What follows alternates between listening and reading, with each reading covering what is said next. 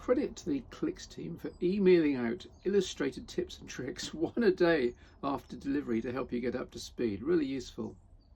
Then there's the Glossy Clicks app, letting you change the backlight brightness and, crucially for me, the timeout. I maxed this out deliberately to avoid having to stab in the dark after a typing pause. 6 keyboard options let you change the way Caps Lock, Alt Lock, the return and clicks keys work. You can see my choices here.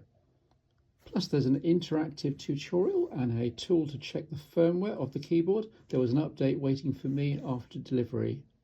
And so much linked online tutorial material, including shortcut combinations. These are standard to iOS with any keyboard, so I knew a few of them already.